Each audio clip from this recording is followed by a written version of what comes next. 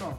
This episode is coming to you right before Manchester United and Liverpool face off in a huge meeting. Manchester United are staying or fighting to stay in the top three, while Liverpool is looking to move up into fifth place. That would be the Europa League place. And I'm going to be looking at a few categories of stats that might be indicative of what needs to happen on the Liverpool end to pull out a win, and how we're currently set up statistically against Manchester United. On the surface, these numbers look fairly even, but if you've been following the season of both teams, there's been a bit of changes that we've seen. There have been a bit of changes. That doesn't make too much sense. There have been changes that tell a different story than these numbers. So since the takeover of Erik ten Hag, Manchester United have been on a slow incline, and it's not culminated well. Hopefully it's culminated in this last cup win over Newcastle, and my hope is that we see a slow decline from here. But Liverpool have been on such an up and down trajectory that it's hard to say which team you're actually going to get. Now, I believe that our change in tactics will benefit this match more than it did previously. I believe we had 70% possession in our last meeting, and to Manchester United's 30%. But we were still trying the high line. We were still trying the creative chaos or the controlled chaos and constant press, and it didn't work. We were still going through the phase of being found out. But into these numbers here. So the two stats that I want to look at are goals scored and goals conceded per match. And right here they look fairly even, but these are for both home and away fixtures. When we dig a little deeper, both teams have pretty decent lack of goals conceded, should I say. And both teams have worse concessions as the away team. And then same thing with scoring. So they score more at home and they score less at opposing territories. So obviously that will benefit Liverpool a bit more, hopefully. So let's dive into it a bit further. Both teams have to be on their highest. Oh, hey, here's Duncan. Let me show Duncan. This is Duncan. Say hi, Duncan. And this is Trev. Both are Liverpool fans. I forgot what I was saying. But this game, I think, is going to be determined by the first 15-20 minutes. Both teams are pretty bad at conceding goals in the beginning of the match. And Liverpool has not been very, very strong.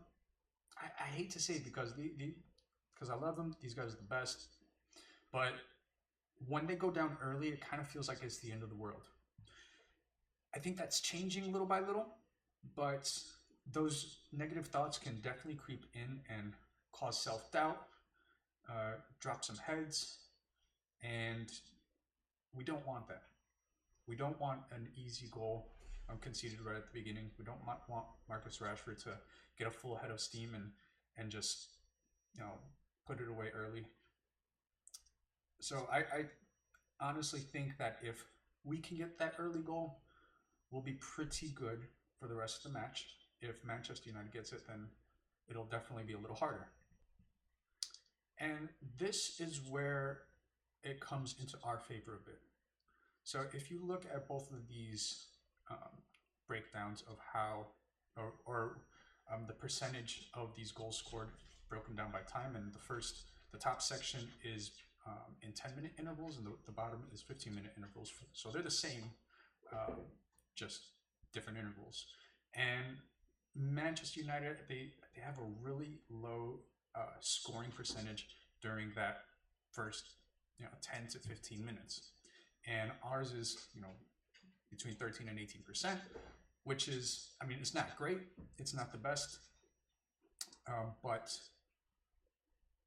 that could be our advantage. That could be the point where we take over the match. We were doing poorly at the beginning of the season, and United, they beat us, 2-1. We had the late goal scored that probably made the game look a lot closer than what it was, but essentially what they did was they just sat back and hit us on the counterattack. Now that we're playing a more controlled, possession-based match with selective chaos, I think if everything played out exactly the same on the Manchester United end, same tactics, same style, then I believe that Liverpool will come out on top. Obviously, there are more variables: who's starting, who's in form. I listened to, or I watched the Redmen TV. Give them a look if you haven't, and they give some really great insight. Diogo Jota has not found his touch yet, and Cody Gakpo, he's got a beautiful first touch and beautiful feet, especially in the box, and that will probably be, a safer choice at the moment. Plus, a Diogo Jota, substitute is not the worst thing in the world. Ultimately, this game is going to be determined right at the beginning, in my opinion. If it starts going on a little longer than that and Liverpool get anxious about not scoring a goal or not creating opportunities, that's where we can falter. If we can cause that type of stress on Manchester United, then we should be good. The return of Ibrahima Konate is huge. He's got the pace and size to defend against Marcus Rashford. Trent has been coming into form a little bit too, and as pointed out by the Red Men as well, we have a lot of our either like younger or less experienced guys on our left side. On our right side. Right. On our left side, when we think about Nunez, I think Steph Bajcetic, and then our right side with Mo Salah and Trent, and typically whoever's playing in the midfield, forgetting. But anyways, if they attack that side with Darwin and some of our lesser experienced guys, then that could be an area of trouble as well. I'm excited. I love watching these matches. I'm glad it's not going to be a 6:30 a.m. occasion like it sometimes is over here in Chicago.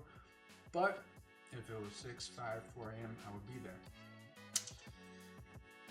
This pitch is about to get crazy. Until next time, see you.